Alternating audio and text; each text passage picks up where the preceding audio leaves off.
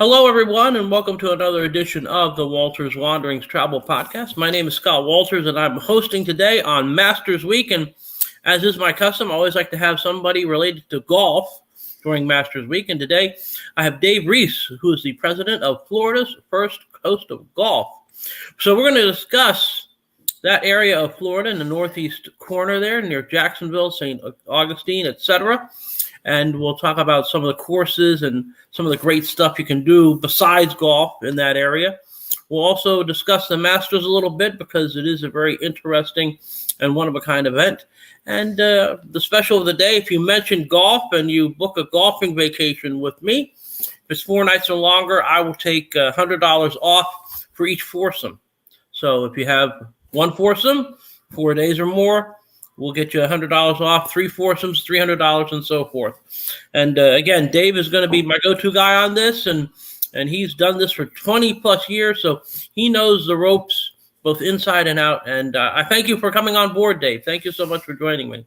The second best week of the year for golf, I tell you, Scott. I'm grateful for having me on. I really appreciate it. I'm going to guess that the best week for golf for you is going to be the Players' Championship there at Sawgrass. That would be correct. March 9th through the 12th next year. So there you go. And that's a great time to go to Florida, you know. And the thing is, now let's talk about this. Obviously, TPC Sawgrass, they shut it down for a little bit to get a tournament ready. And then they play the tournament. What happens, how long does it take for regular folks like me to go back out on the course after they're done with the tournament? Yeah, I think, Scott, you're good. Wednesday after the tournament, they lock it down for their proud partners and corporate sponsors Monday, Tuesday, immediately after the tournament. But and I'd be careful for what you wish for. If you go out there playing it Wednesday, Thursday, Friday, the tournament conditions, I got the privilege to go out there on a Wednesday and, I hit the green and it's like putting on concrete, so it was automatic 3-putt for me, for a novice like me. But I will hit from the front tees and mitigate some of the circumstances, maybe, but the green you can't mitigate until it rains a whole lot or until they grow out a little bit. I understand. Yeah, I fully get that. So now the Florida's First Coast of Golf is obviously tied in with Florida's First Coast and St. Augustine, which was the first settlement in North America back in the 1500s. Describe what the geography of your area is there. Yeah, so Scott, so we started the Florida-Georgia line on the Atlantic coast with Amelia Island. So if you go south on the east coast of Florida, Amelia Island through Jacksonville and Jacksonville Beach, all the way through Ponte Vedra, where the Players Championship PGA Tour headquarters is, through the historic St. Augustine, and then furthest south is Palm Coast, and we have West Jacksonville's Clay County. So it's really 120 mile by 80 mile stretch. So it's a big Daytona Beach. It's a big area, and again, I think as far as golfing destinations go, Florida is probably the number one overall golf destination for the variety of courses you can play and locations you can go to and places you can stay. And your area there has well over 50 to 60 golf courses a guy like me can just walk on more or less to play. Right. Yeah. So interesting fact, Scott, if Florida were a country, we would rank 7th in the world just behind Australia. So in our particular part of Florida, we have 70. Well, we have 68 today. April 14th, just next week, we'll have our 69th open. And then next month, we'll have our 70th course. So 2 new courses coming on board. So basically, you could, if you play 2 courses a day, say you arrive May 1st, 2 courses a day, you'd still be playing into June. Yeah. There you go. Good math. Good math. So there's no lack of courses. Now, obviously, the crown jewel of the whole area is TPC Sawgrass, and we watch the Players Championship, and I always enjoy. We enjoy 17. We enjoy some of the other holes. We watch as these pros, hit shots that make me feel better about my game, and then we see pros make unbelievable shots that just make your head explode because it's like, how do they do that? But there are many other courses besides TPC Sawgrass that probably are well under the radar, but are still very good tracks and very good tests of golf. Can you highlight a couple of those for us? Yeah, sure. So you get your sister course, TPC Valley, out of the same clubhouse as Stadium. And by the way, for your audience, I mean, it's going to cost a pretty penny to play the Stadium course, but it's a bucket list. But listen, every golfer that comes into this area should at least plan an afternoon to go out there, because the clubhouse is accessible. It's got great food, not very expensive, and you can take a tour of the clubhouse, and it concludes with a buggy ride that goes along 16, 17. It'll stop at 17, take your pictures, and continues on through 18, and then you're out of there. So don't let that be a barrier. But yeah, to your question, King and Bear, awesome, Palmer Nicholas design, the only one in the world that they collaborated on at the World Golf Village, and their sister course, Slammer and Squire. Further south, Palm Coast, I mean, you literally have a Nicholas design ocean course at Hammock Beach, and it is literally right, I mean, steps away to the beach. 6 holes, I think, are on the coast there. Then up to the north at Amelia Island, they have 6 great courses on that 11-mile island up there, and a lot of it borders the ocean or the intracoastal. They're both very close. Oak Marsh is at the Omni Amelia Island Resort, and Amelia River is another great track right there. So those are some of the just the highlighters to the just below the notoriety of Stadium course, but certainly the quality are just excellent. And then people ask, oh, what's your favorite course? And of course that's a dangerous question to answer for me. But really, honestly, it's the closest one. It was my answer. Really, all the tracks we've got are great. You've got some great $45 to $85 golf courses, St. John's Golf and Country, Golf Club at Southampton. I won't bore you or your audience with, I'd have to call out 70 of them, but best place. I certainly understand. So, and there's good courses for all abilities. So if someone comes to me and says, look, I've got 12 guys, handicaps are, 12 to 24, I contact you and you say, okay, these are courses they should really play. As well as, if they still want to try some of these more, horrific to the average golfer courses, they obviously still can. Right. Make sure that they can be, have an extra couple of sleeves of golf balls, I suppose. Right. So that's a wonderful thing. Now, you mentioned up north Amelia Island. There's obviously the Omni is a wonderful resort to stay at. If you come further down the coast, there are obviously other hotels and resorts to stay at. Are there a couple of other properties that also would help for non-golfer people? Yeah, listen, we're seeing more and more of that. Like in our marketing, that's what my company does, is market this region to out of market folks, to entice them to come in. There's all sorts of properties. We mentioned Amelia Island. There's a great Residence Inn up there. There's a unique, unsuspecting Hampton Inn right on Center Street up there. You've got your high-end resorts. You got Ritz-Carlton up there as well. And it really the same ditto for Amelia Island for the rest of the region. So it's on our site. I mean, we've got a great collection of accommodations and golf courses, and really fits every skill level. And not only do we do a good job hosting golfers, but more and more you've got your groups that, hey, you're choosing the destination because of golf, and you're golfing the whole trip. But our secondary audience is growing even faster than the golf. It's people coming on vacation, that golf is an important part of it, not all of it. And so, I mean, I've lived here since 1987, and wouldn't choose a different place. I mean, we're blessed to live a mile off the beach. The beach is active. It's wide. It's not your fluffy white sand of the west coast of Florida. So if you like active running, biking, kayaking, or whatever, we've got a great beach for that. So now let's talk about what the average golfing trip would look like. When I'm thinking you're doing a round in the morning, some lunch, a round in the afternoon, and then Okay. you relax.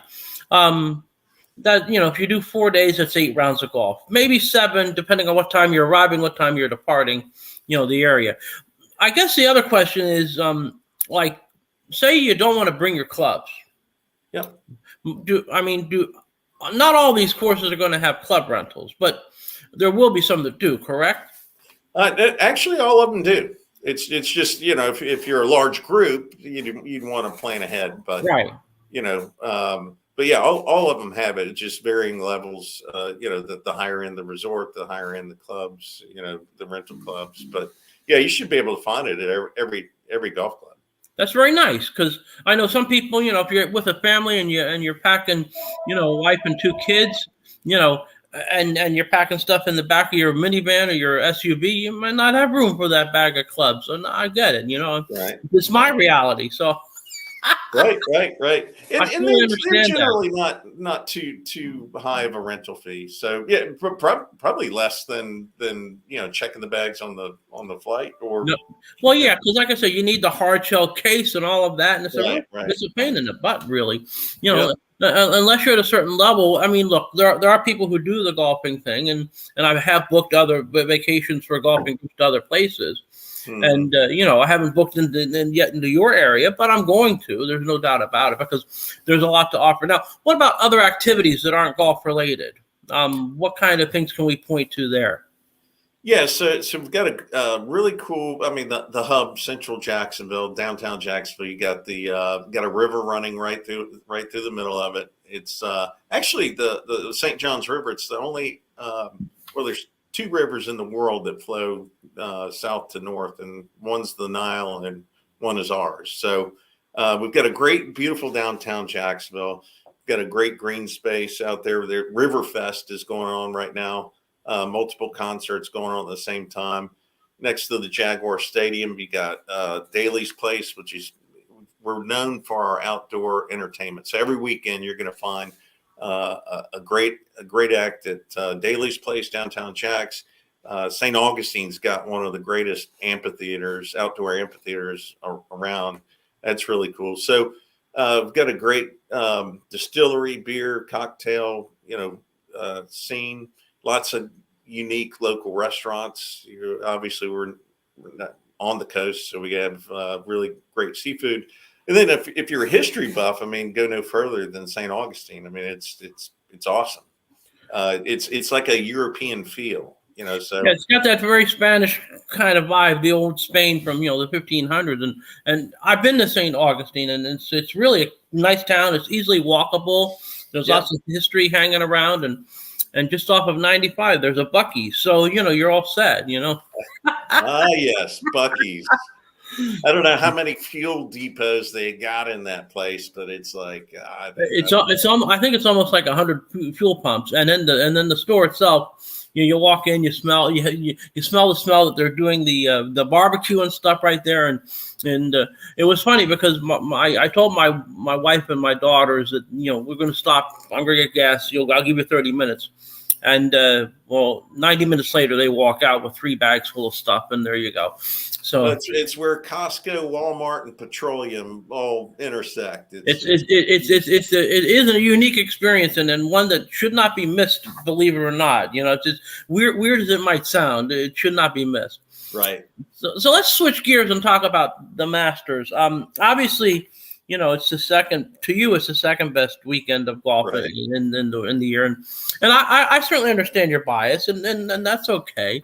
And when you invite me down to the Players Championship, and I'm not even going to ask to be at 17. I'm not going to be so pretentious. I'll just you'll find me a nice seat somewhere else. And I'll certainly experience all that goes with it, and because I know the PGA Tour, really promotes the players in a great way. But the Masters is truly a unique, one of a kind event, and because of your connections, you've actually been able to go and watch. So, what were your impressions when you went to the sort of hallowed ground. And did you actually pick up a piece of sod and take it home with you? No, I didn't put it in the Bobby Bowden sod cemetery. I don't know if I'd have made it very far, but no, it was just super special. I mean, the conditions from the pine straw to the hole, it was just, I mean, you could eat off of it. It was just beautiful. It was, walked every inch of it both times I went. People consume that and experience it in different ways, I guess, based on the number of times you've experienced it. But I really thought it was great. I wasn't, grabbing a chair and setting it up, on hole 12, I think is the par 3 is where everybody kind of gravitates towards. So I just stayed kind of mobile, and it was enjoyable. That's good. I like I like that, and I want to get there someday, just like I want to get to the Players one weekend in March, and we know the dates next year are the 9th to the 12th of March, so we will be looking forward to that. And actually, it's funny because I'm actually driving down to Florida tomorrow. I'll be arriving Sunday, so I'll be waving as I go by. We have an appointment with the Other Things in Central Florida, which is another great golf destination, in competition with you, but still, lots to offer there. That's why Florida's so great. There's so many different ways you can go golfing. Oh, yeah. And whether it's in your neck of the woods or whether it's in Central Florida, whether you're at the Tampa, Clearwater, Sarasota area, or whether you go down to the Sixth Borough, as I affectionately call the South Florida area, it's truly great. And then Florida is a great, wonderful golfing experience. Now, what about your own personal golf bucket list? Are there courses you want to play that you haven't yet? And then what might those be? You're absolutely right. In the state of Florida, we got 1,300, I think, upwards of 1,300 golf courses. One of my bucket lists in our same state, our wonderful Sunshine State, is Stream Song Red, I believe, and I'm going to check that box next month. Going to play their red course and their blue course, so really looking forward to that one. And I guess I'm not a very tropical destination seeker. That's okay. I guess we live here, right? So we live in paradise. So I kind of like to check out the British Columbia, Vancouver scene, and in that part. I've not been golfing in that part of the world, and I'd be and I've been all over a ton of places, Western, Eastern Europe, in Africa or whatever, but it's Vancouver, British Columbia would be one for me. And what's the golf course that you played that you have the most memorable experience on? Oh, hands down, best experience golf resort I've ever been to is Turnberry in Scotland. Maybe it was the people I was with or the time of year I was there. I think it was June. It stayed. Yes, I would like the 8 p.m. tea time, please. And, it would, stay like till midnight. And then you'd find yourself at the top of the resort after it with a Cuban cigar and a hand-drawn blend. Yeah, I get it. Sure. Perfect.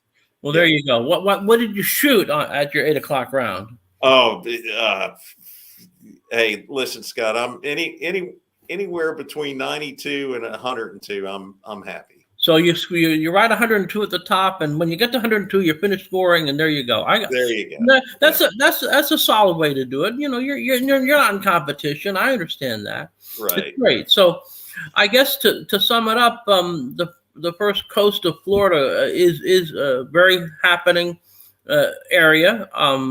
Lots to do, lots of golf. 70 courses by May 1st, yep. Which is a tremendous amount of courses, all kinds of variety. From PGA tournament tested courses to Muni type tracks that are probably kept up a little bit better than the Muni type tracks one might be used to in this area, only because the weather is more conducive to keeping things a little bit neater and tidier. And now an average cost for a group, say a foursome in 2 rooms. Say we go to that residence in Amelia Island and we do 3 days of golf, and it's five rounds altogether. What are we looking at for a tariff on that?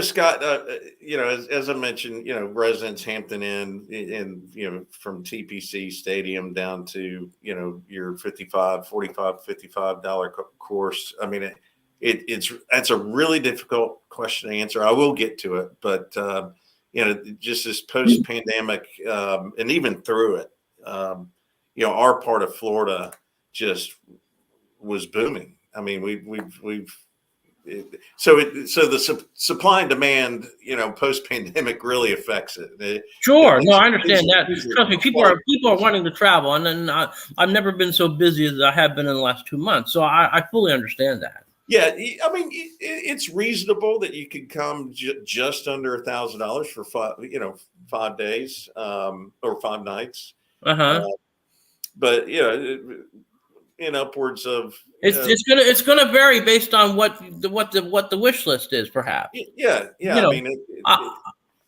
on our site, Scott. I mean, we've got direct links to all these courses, and you could search and book, or at least price shop. And I know folks, like your expertise, and you could deliver some special experiences for them. Based on our conversation before. And I do the heavy lifting. So someone just calls me. They don't have to search your site and 3 other sites and go and try and mix and match and do all of that. I'll figure out, okay, you have 12 guys. Let's try and find a condo that can hold 12 guys. Yep. All right. Yep. Let's do that first. Then let's pick, 6 courses you want to play in 4 days. All right, we'll pick those 6 courses based on what you're looking for. Are you looking for a more a woodsy track? Are you looking for something that's a little more at the ocean? Are you looking to play one of the TPC courses? Well, and then I do all that grunt work, and I deal with you and the people in your office, and then we send out the proposal, and then there you go. So that's the value of a travel advisor. So many times people just go in and they do all that grunt work, and they spend hours and hours and hours, and they get frustrated.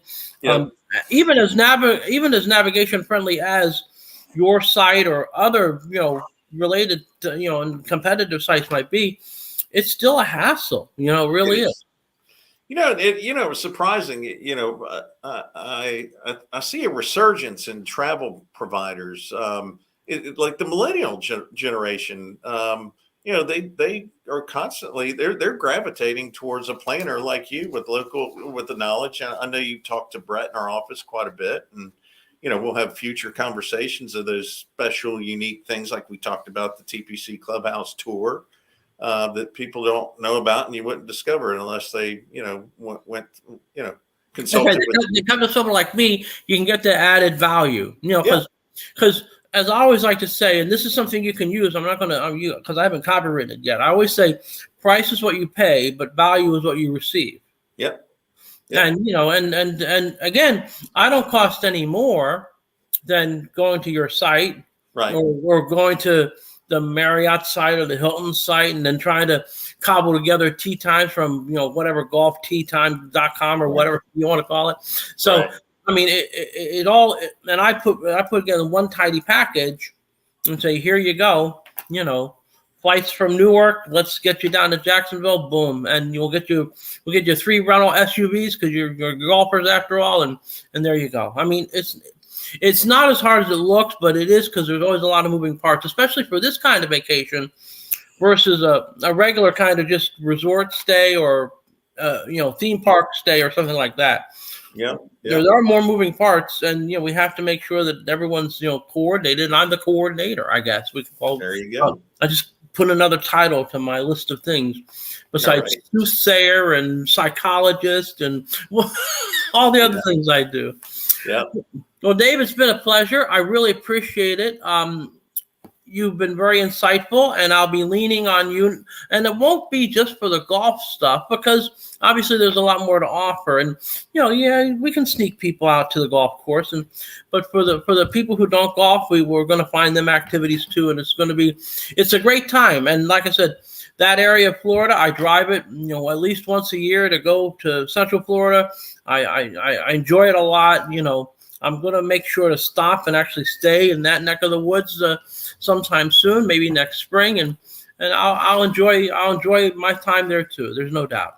Well, hey, Scott, our airport is getting new flights left and right. JAX is the airport code. It is a wonderful in and out airport.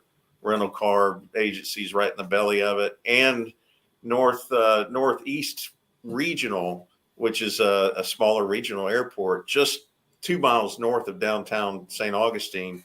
They actually have a flight, Elite Airways, Newark to direct in there nonstop.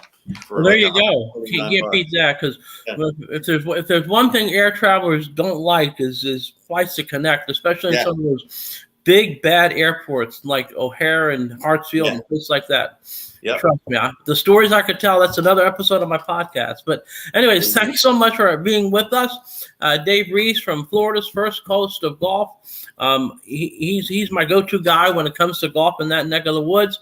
I thank you all for watching and listening to the Walters Wanderings Travel Podcast. We'll have another edition soon. And don't forget, if you're a golfer and you're doing a golf vacation, 4 nights or more, every 4 golfers, you get $100 off. Can't beat that. And I appreciate everyone today, and enjoy the Masters the rest of the weekend, and everyone else have a great day. Thank you.